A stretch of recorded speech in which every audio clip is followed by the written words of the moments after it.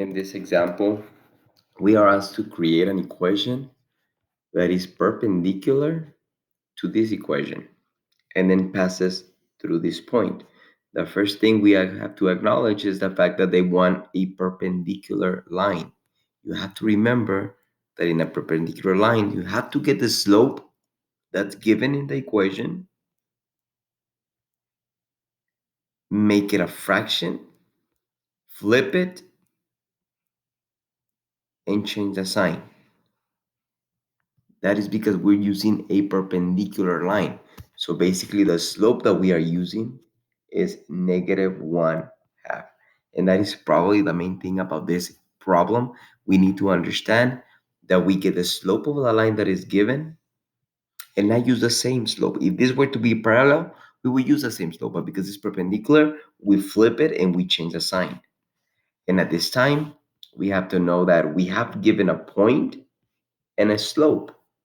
And therefore, we're going to use a point slope formula that is like this.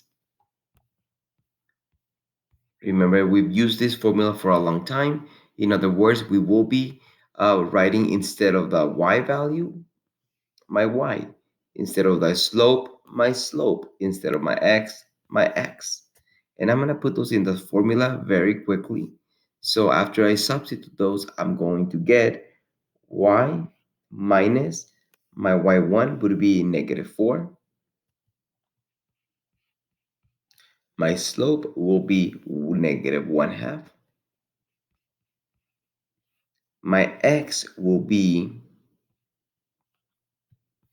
+2.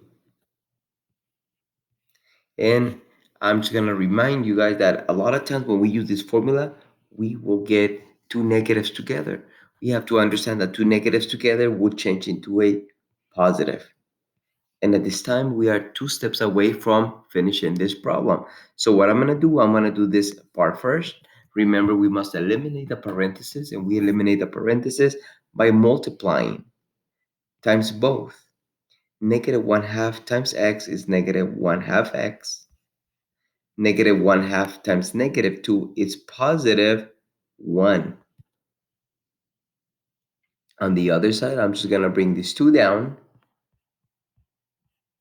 And then my last step would be to eliminate the 4 by doing the opposite to both sides.